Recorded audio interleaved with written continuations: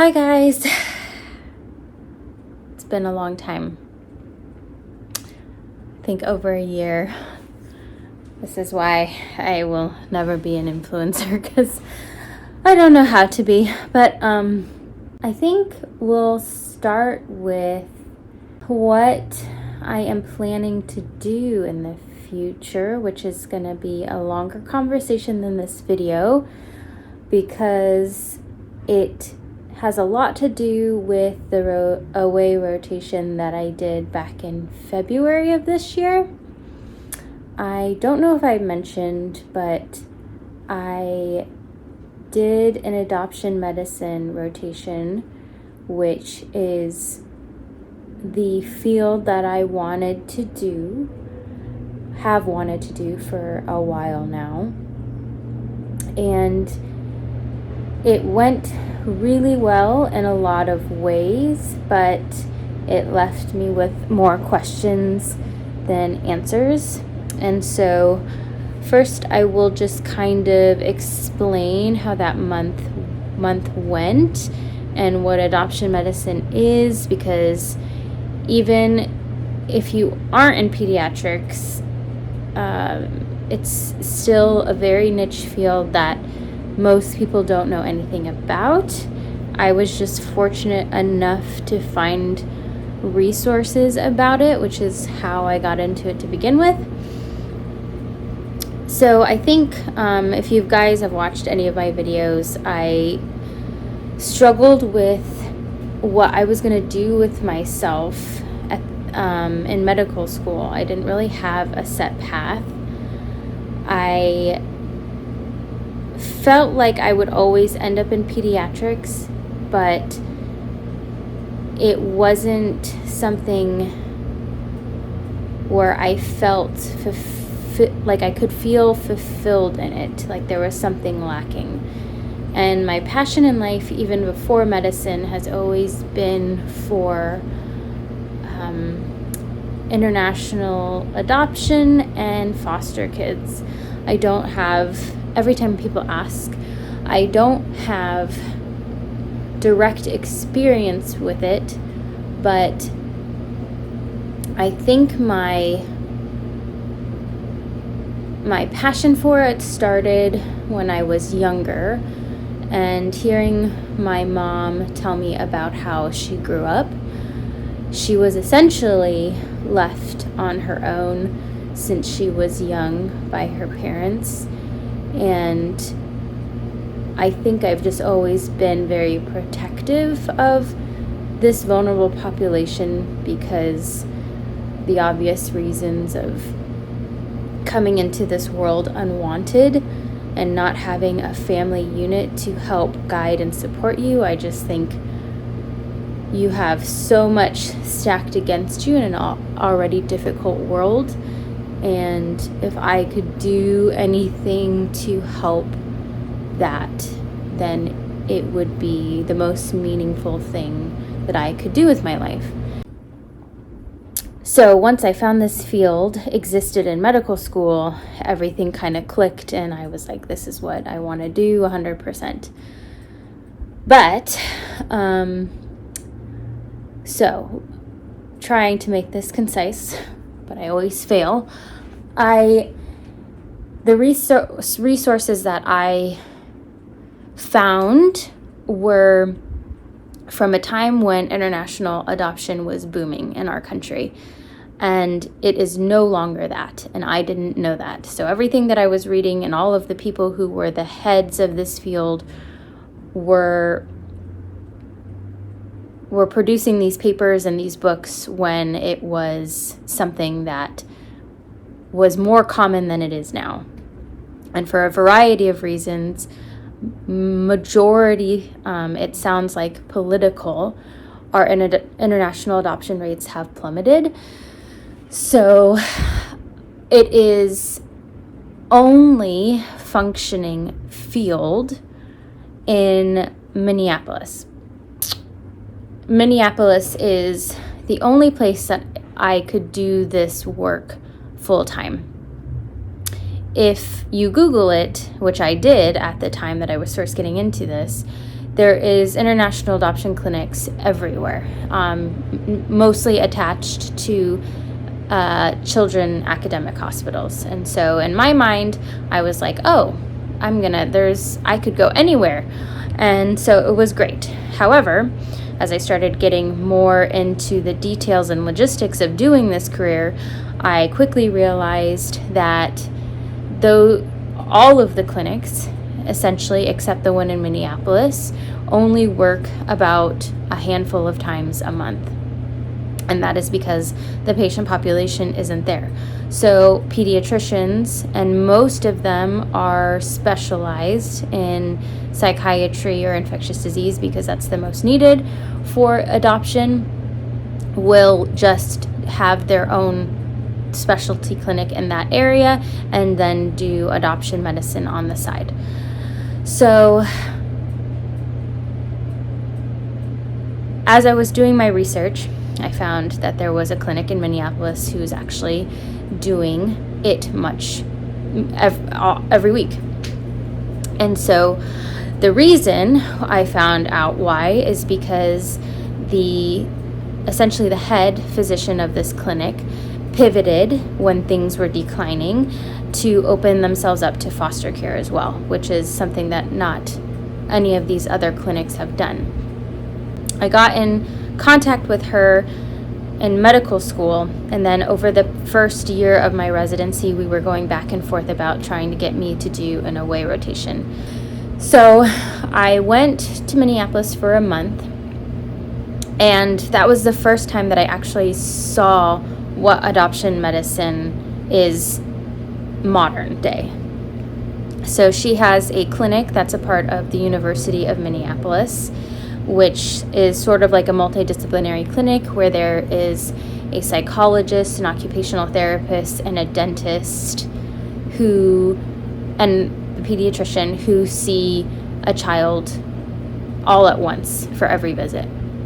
And so the visits are generally an hour each, which compared to a standard visit of 15 minutes, that is substantial more time. And very needed because these kids have obviously a lot of things going on. And so seeing that approach of all of these people in the same room kind of working together and problem solving as the visit was going on was something that I really, really enjoyed. Essentially what happens is they are seen 1 or 2 times. They are given whatever diagnoses each provider sees fit. Recommendations are placed for what referrals are needed, and then they are sent off to their pediatrician, their primary pediatrician, to now follow along and make sure those things end up happening. So it's kind of like a standardization process for these vulnerable populations to get in the door, to get what is needed, and then they go out into the world. So that was one part. And then another was doing medical logs. So essentially, when a family who wants to adopt is matched to a child abroad, the orphanage or group home sends them a huge packet of medical information of everything that's gone on from birth or from whenever they got them to now. And so as you can imagine, like getting hospital documents of like NICU stays or whatever admissions have happened, or speech therapy documents, developmental geneticists, and all these things in this packet. It's a lot of words that majority of people don't understand. And so what I would do is I would comb through all of these things. Sometimes they'd send videos and images, and I would just kind of put together in a little, not a little sometimes, but in an email, everything that explaining what diagnoses these children had and what kind of care, long-term care it would require. And then also telling parents what they should reach out to the orphanage to ask for their information on, or telling the parents that this is what the child needs and hasn't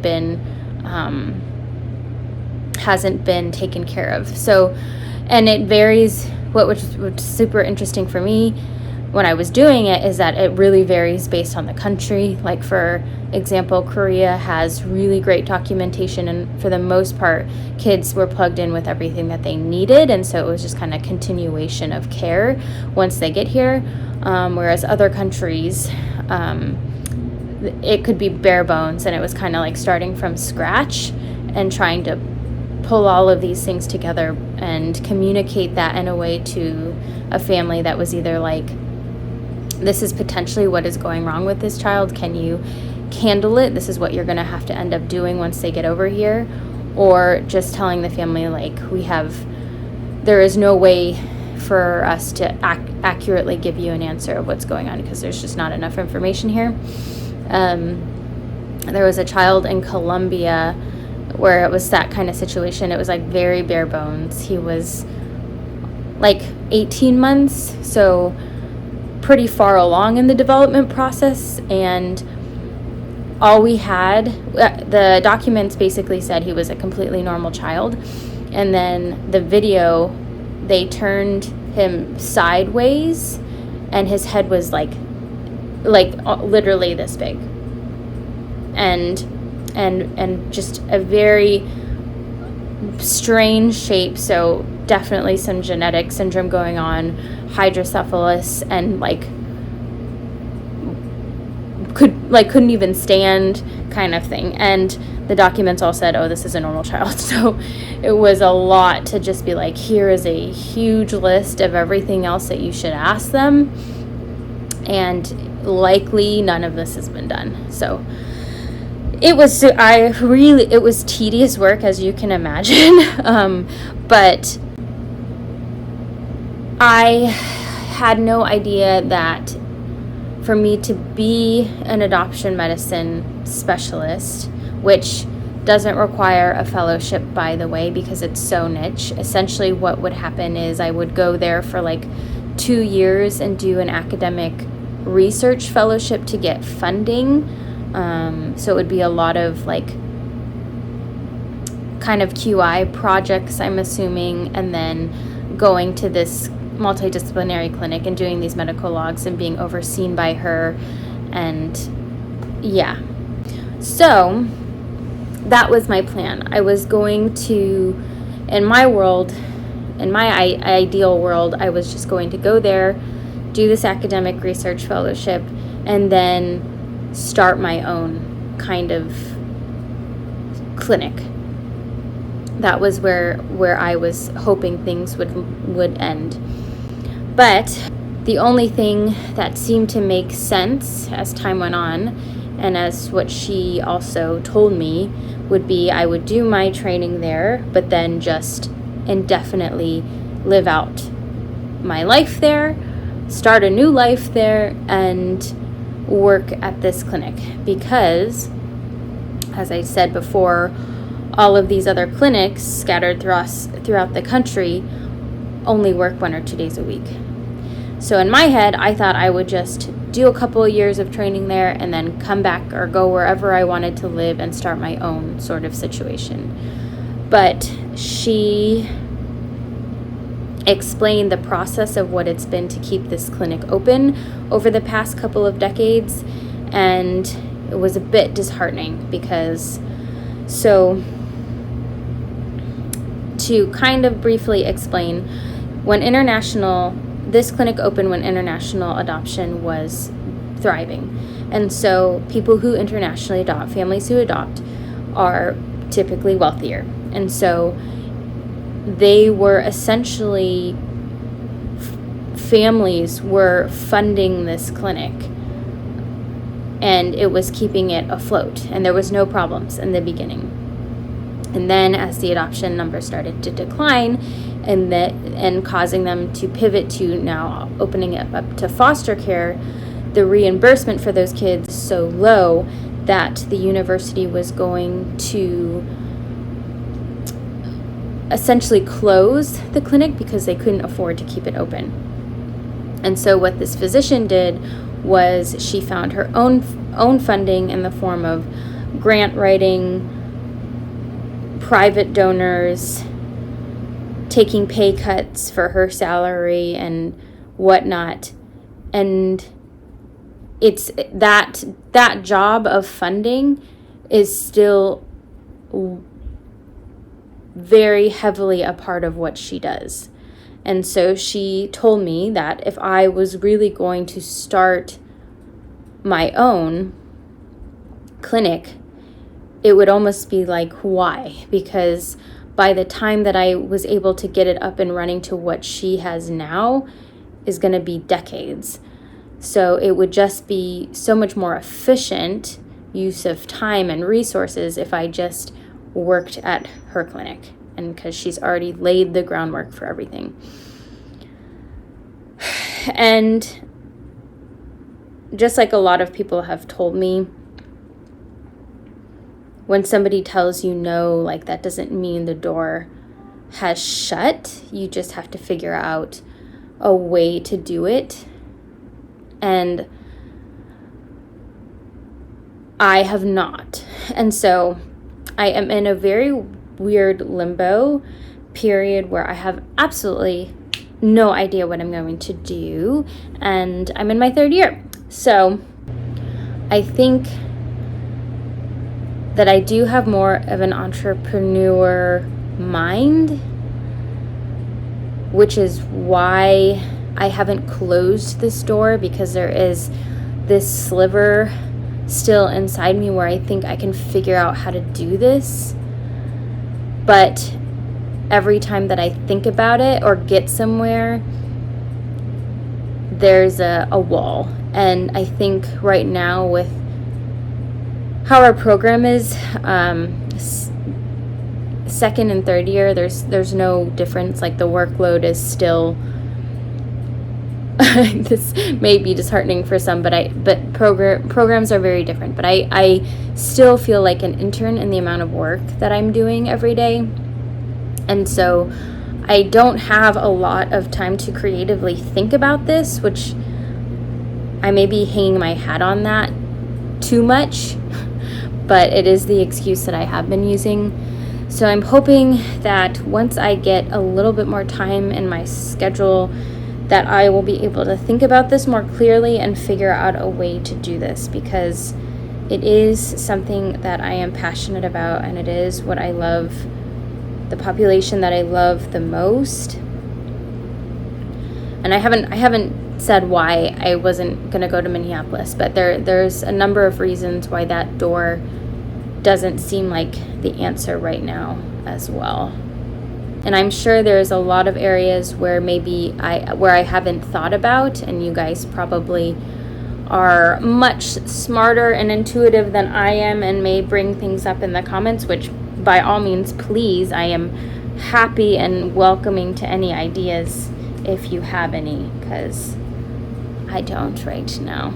But yeah, I do want to leave off that even though I'm in this limbo period and I feel kind of an imposter syndrome in the sense where I haven't made a video in so long and I'm in my last year, and you guys were probably hoping I have figured my life out, and I have not at all. And so, but I just wanted to leave off on a positive note, and I am not fearful about it. I believe in God's sovereignty, and ultimately that wherever I do, as long as I'm doing it for His glory, it will be good. And so I'm taking it day by day. I'm just enjoying the community that I have in residency for these remaining couple of months, and praying for God to open a door and